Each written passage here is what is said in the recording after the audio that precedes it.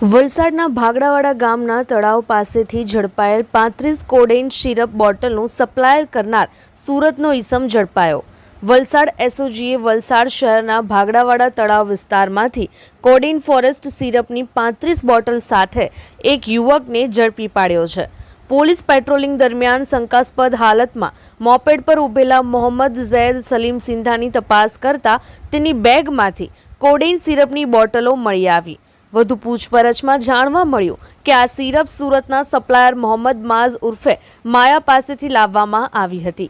વલસાડ એસઓજીએ સુરત પોલીસની મદદથી સપ્લાયર મોહમ્મદ માઝ ઉર્ફે માયા મોહમ્મદ પરવેઝ પતરાવાલાની ધરપકડ કરી છે।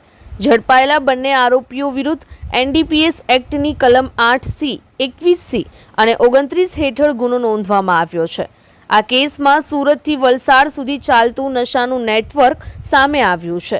વલસાડ પોલીસે નશીલા પદાર્થોની હેરફેર અટકાવવા વિશેષ અભિયાન શરૂ કર્યું છે। પોલીસ તપાસમાં વધુ આરોપીઓ સામેલ હોવાની શક્યતા છે।